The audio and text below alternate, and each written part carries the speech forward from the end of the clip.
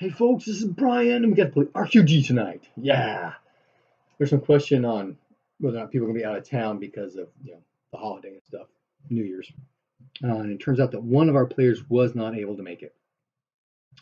And as I was getting ready to load load up my the live play, just in the description by the way, I noticed that I don't think I did a session review for my last session because the last video I've got is the live play from my last session. So what happened last time was the party um, found where the ruins were. They made a camp about it, click out, and then Miriam goes up. Well, the party kind of goes up. They're not going to leave Miriam by herself, right, in the woods at night. So go to the edge of the wood line because you got the ruins themselves, and you got like 100 meters worth of brush and grassy flatlands, right? And so she sends her fetch. No, they had the owl fly around, and this may have actually been in the video before then. But they had the owl fly around, and there's light coming up out of the ground in one spot. Maybe it should have been two, but one spot, right? Okay, so Miriam sends her fetch. Okay, go this way. Look for how much stuff, guys, power is out there, right? So the fetch cruising out there. Now, it just so happens that there is a shaman with this troop, and he has a fetch, and his fetch is in the spirit world as well, right? And so the fetch is kind of hanging out, watching things. There actually should have been a number of other spirits that are not bound to this place, but are bound to somebody in this place, right? So there should be more spirits down there. But Miriam's fetch, but the other fetch has a higher power, so it has a higher range on detecting. So as soon as Miriam comes within range, it books out. It books out and is communicating spirit speech until they get within that 11 meters where Miriam's spirit fetch can speak spirit speech. Because it's calling out, calling out until it gets to, oh, okay, you can talk. Okay, cousin, what are you doing here? Kind of thing. This is my place. Shoot. And there's some discussion and things, and Miriam's fetch starts asking questions and asked something. I don't remember now what it was, but at that point, it became obvious to the fetch that these are bad guys. And so it moves up and attacks. And it's got a greater power than the fetch, so it can move faster than the fetch, so it can still get to it within 12 strike ranks and have spirit combat. So they're having, at that point, the fetch starts booking it back to Miriam. But every round, we're still in spirit combat because he's catching up. And it got like 2 specials during that time. And so by the time the fetch got back to Miriam, it shoved off magic points into Miriam, magic point damage into Miriam because it was getting down. Well, we kept it at 1, right? It still has 1. And Miriam took a bunch of damage from that. And then Miriam manifested her fetch to get it into the material world, the middle world, into the middle world. That way, the other fetch would have to do his own materialization. That would give them a round of doing stuff to it before it can do something else, kind of thing. But once it got there, it saw Miriam and all these other guys. Go, okay, we need to tell Daddy something bad is going down. So it hid back. And the party at that point pulls back. We actually had to do a retcon because we were trying to hold off on not doing this spirit combat stuff. And I had forgotten that there were spirits here. So initially the party was under the impression in the morning there's going to be 3 groups of female baboons with some young going out into the woods to collect food and stuff, right? And then there were 3 male baboons that were sitting out on top, just keep an eye on them. Well, after this thing happened with the spirit combat, that all changed. So the females did not come out, the young did not come out. 4 baboons came out. And these baboons are the ensorcelled ones that are really big, right? And they set up on top of the walls of this ruins, looking out towards the forest of where the players were, and they're watching. They're looking for something. Well, the party, the party went back to camp, spent a few hours. So just before dawn, they come out, circle around. So they got a couple hours of sleep, got some magic points back. Not enough. They got some magic points back, and they truck around. I give them, I figure about 10 minutes walking along, trying to be quiet, keeping out of the way, staying away, and coming in from the other side where there's an actual entrance to the ruins. And they come in, and I set up my thing on Owl Bear Rodeo, and I blacked out a bunch of stuff. A bunch of stuff I wasn't blacked out because the outer walls are either so low in places that you can see what's going on, kind of thing. And so they come in, and where they come in at maybe 120 feet ish, there was a baboon up on top of a corner of the wall, but he's looking out, not behind it where they're coming in. And while they're not exactly noisy, it's during the day. The baboons are looking the other direction. I didn't have them make stealth rolls. I probably should have whenever they're within direct line of sight with these guys, just to see if somebody fumbles, kick a rock, step on somebody's tail, something happens, making noise that might catch somebody's attention, have them make scan or listen rolls or whatever, and then see if something occurs from that. But I didn't. And so we spent the entire last session just going through, there are like 15 different areas that they went through, and I wanted to use the random item chart from Broken Tower, from the Runequest Glorantha Quick Start. Great scenario, by the way. I love it. And it has, a handful of, probably should have more, but a handful of different sorts of things, right? And some of them are kind of cool, some are just kind of interesting. And so at this session, the first thing I did is, okay, I need 15 search rolls. Because it's possible that everybody misses, then they didn't miss the spot, right? But Rusher made almost all of hers. But they ended up finding 1, 2, 3, 4, 5, 6, 7, 8 different items of some kind of value, right? Some were just, obsidian arrowheads. But there was a ring, and there's this jaw with silver teeth and gems and stuff. But there was a statue, green stone carved female figurine that was in fact a power storage matrix. 8 points. Cool, that's handy, but it's empty. And nobody's really got the magic points to fill it up right now because Miriam is so low as it is. Okay, so we started this session after we took care of that. The party was behind a wall that's blocked from the baboons, kind of watching the open air, not watching, whose back is to the open area that they came in from, right? Okay, now what are you going to do now? We're going to go in this area, do some search, and find anything. Go in this area, search. I think they found something there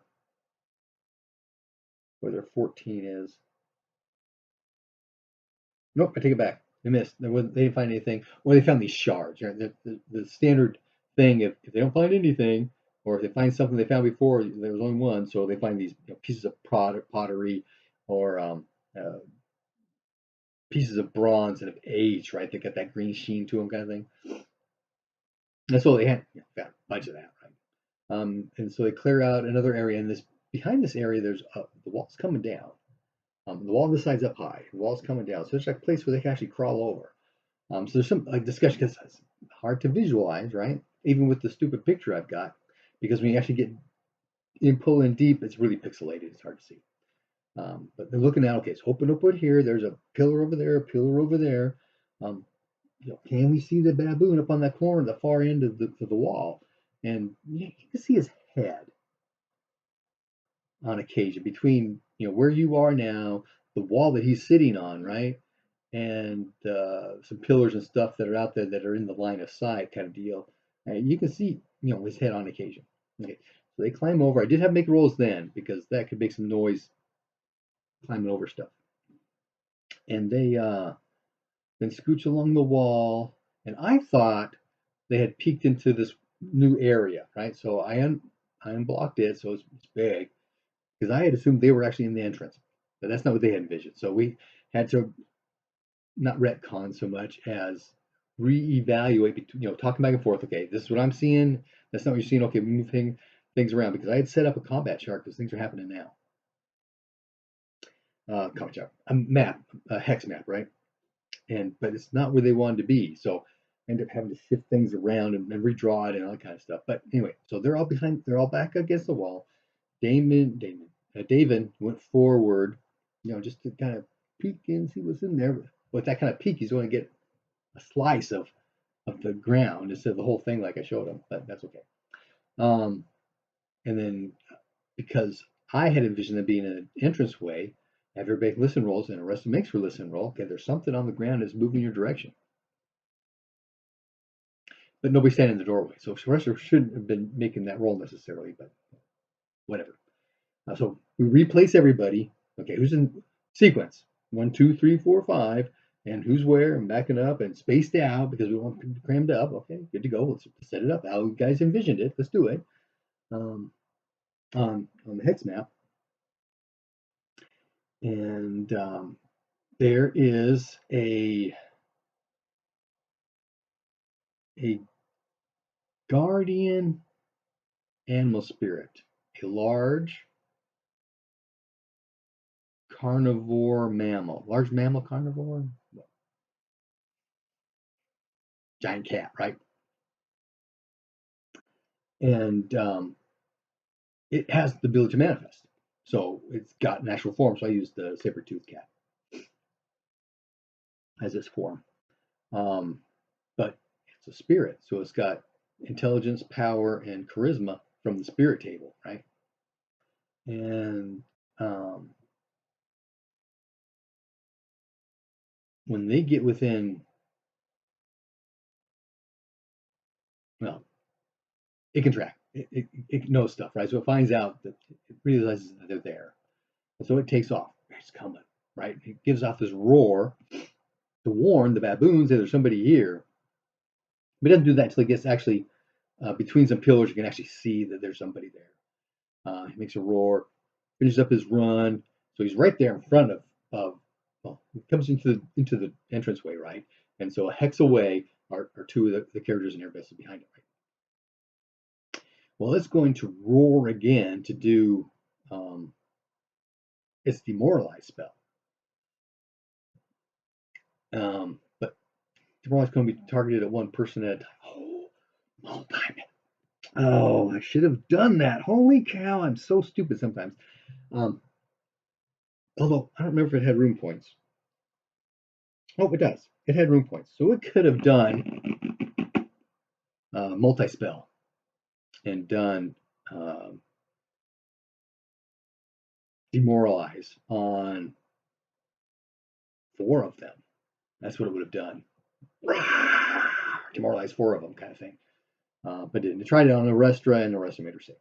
Okay, because in my Glorantha, the way we're playing, because we're doing it, online kind of stuff, that I just have them make all the rolls. So instead of making an attack resistance roll, I have them do a defense resistance roll, make a saving throw kind of thing. I just have to refer to the table, and it works. That way, I'm not, necessarily doing that kind of stuff for them. Okay, so Arrestor made her save, but she also stepped forward because she didn't want David to be attacked by this thing. She wanted to defend David against it. And there's a whole lot of quiet time going on because I am going back and forth between marking distance on the map itself from the picture and trying to convert that into meters for the movement of the creatures. And they're all casting mobility on round 1, and it got really convoluted. But so there's a lot of dead time where I'm trying to figure stuff out. I'm sorry. But it turns out, they cast mobility, and now they're booking. And I also blew up the markers on Owlbear Rodeo, the ponds.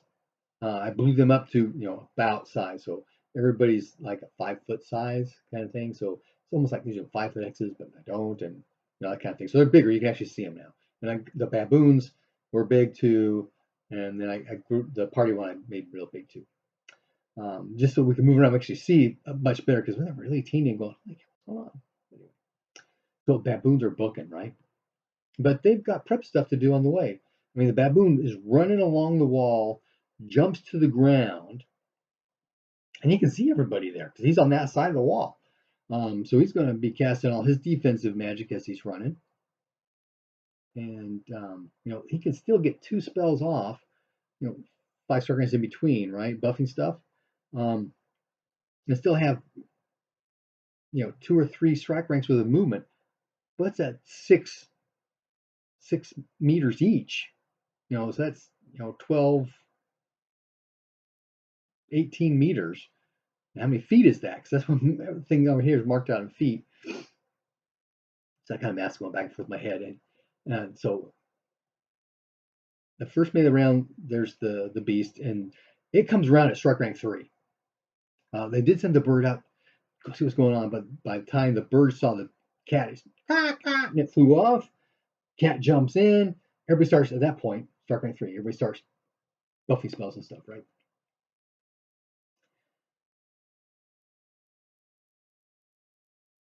Well, with the roar that baboons know something's up, they all turn. One guy can specifically see these guys, and so everybody starts buffing and running, buff and run, buff and run. And I'm trying to track out distance. Okay, how many spells can I buff and still run so much, and how many rounds is it going to finally get there? It only took them like 3 melee rounds for everybody to get there. Some like baboon number, I think it was 4, the one that saw them jump down. That guy, he was there like a strike melee round 2, reading the strike ranks. But there's the other 3 baboons all running that direction. And there's actually another carnivore spirit, the guardian spirit there, who is coming. It's a pair, male, female. And it's the male one that's there, right? But the male one gets killed fairly. It got hit early on, which took one of his legs down. So it got to do a claw and a bite, but it's tearing apart a Restra's shield. And I allow animals to dodge. It's just the base stuff, but I leave them dodge.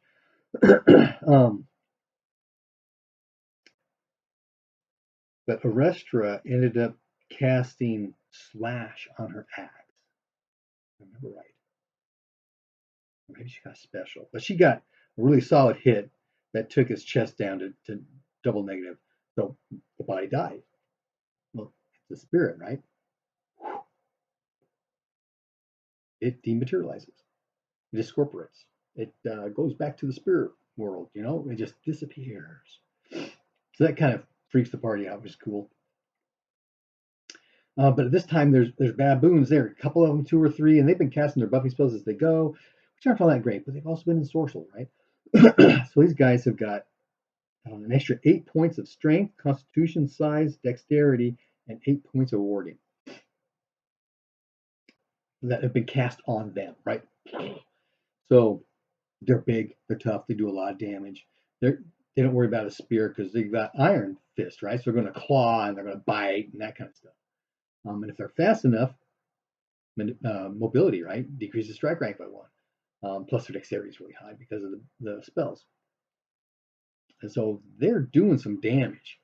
And poor Jarstakos, he casts a spell and then he moves forward to help fight the cat creator. And that's when all the baboons start showing up. They just surround him. And so he's going between pairing with his shield and pairing with his rapier. His rapier's down to 2 hit points now. I don't remember what his shield got down to. No, his shield didn't get down too much because he lost use of his arm.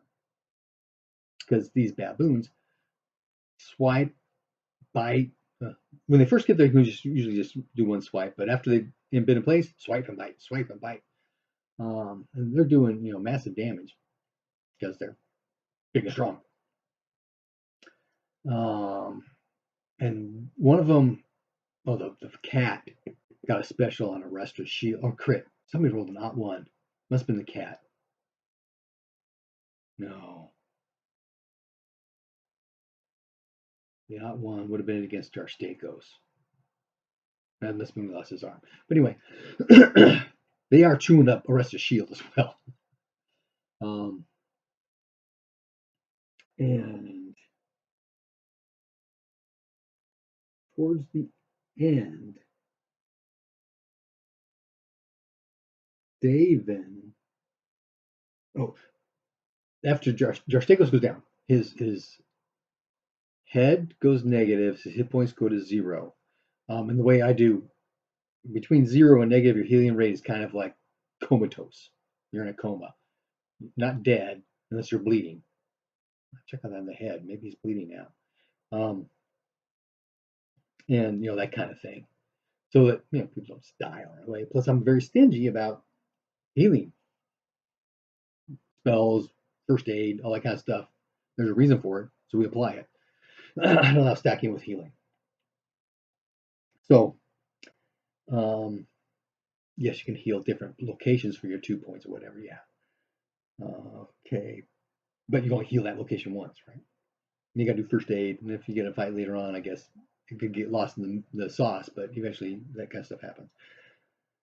So, your Stakos tried a divine intervention but failed. In fact, we were discussing, because the first thing is you can be rushed off to your home temple. But what else can Orlanth do? Orlanth, send air elementals to throw these things away. Orlanth, send lightning to destroy all these creatures. Those are all things that I thought of as we were sitting here going, there's other things we could do. And Jarstakos decided, let's do the lightning thing. Blast these guys away with lightning. And what it's going to do with that is whatever points of power he lost were the number of points of power in a lightning spell that would have hit automatically and done damage to him and that kind of thing. But he failed. So he's unconscious on the ground. One of the baboons straddles it, moves forward, casts a spell, because they all had like one buffing spell left to do once they got into combat. And is attacking Arestra. And Baboon 2 is still there, he's attacking Arestra. And Baboon 3 and 4 moved around. And again, they got mobility on, so that's 6 hexes they can move in one strike rank.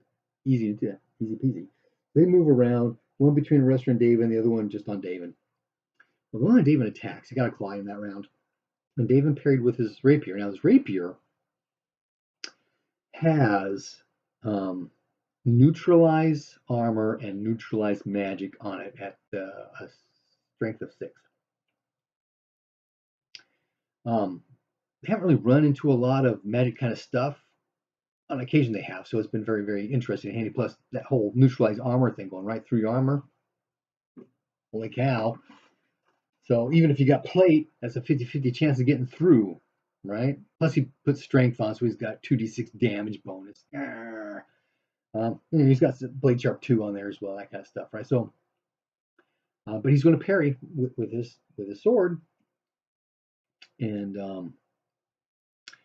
the critter missed its attack, and so I didn't think all the way through this, but we were thinking together, okay, what's going to happen first? First, he just his normal damage, how things are going to take down, that kind of stuff. And there's neutralize magic and neutralize armor stuff. So the neutralize magic would actually occur first, and the first thing would have been against that warding. They don't know about that, and it actually defeated the ward on this guy. So it's going to do the damage it's going to do. And then did it stop the protection? Well, protection was only 2, and he's got 6, so it's automatic. So the protection goes away. Armor's only 1 point, so it automatically gets through. So we did all this damage to the poor baboon's arm, which brought it down to 1 hit point. But then we did the neutralized magic against all the sorcery that's on this thing. I just started at the top and worked. Well, we did the warding first, because that's kind of like the first thing that happens is the warding, right? Then the protection, then the armor, then okay, what about all this other stuff? So we roll against. I have him roll against strength, constitution, size, and dexterity, and he missed strength, but got constitution, size, and missed dexterity. Okay, so constitution goes down by 8 points. Its size goes down by 8 points. So that put it well into the negative, and it just died. Right, it shriveled up and died. Well, the baboons just saw that.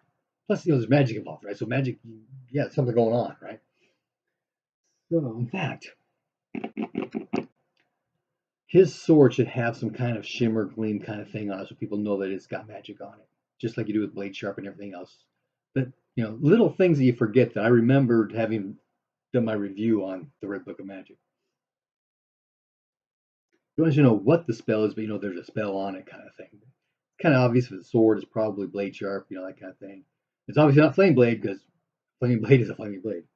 So all the baboons saw this and they're freaking out. And that's where we ended the combat because one of the players had to go. It was actually well after midnight. I had lost track of time. And so the baboons are going to change their focus of this combat from Restra, who's wearing plate and has a large shield and an axe, to little David with his rapier. So it does some kind of funky magic that is very, very dangerous to us. Happy gaming.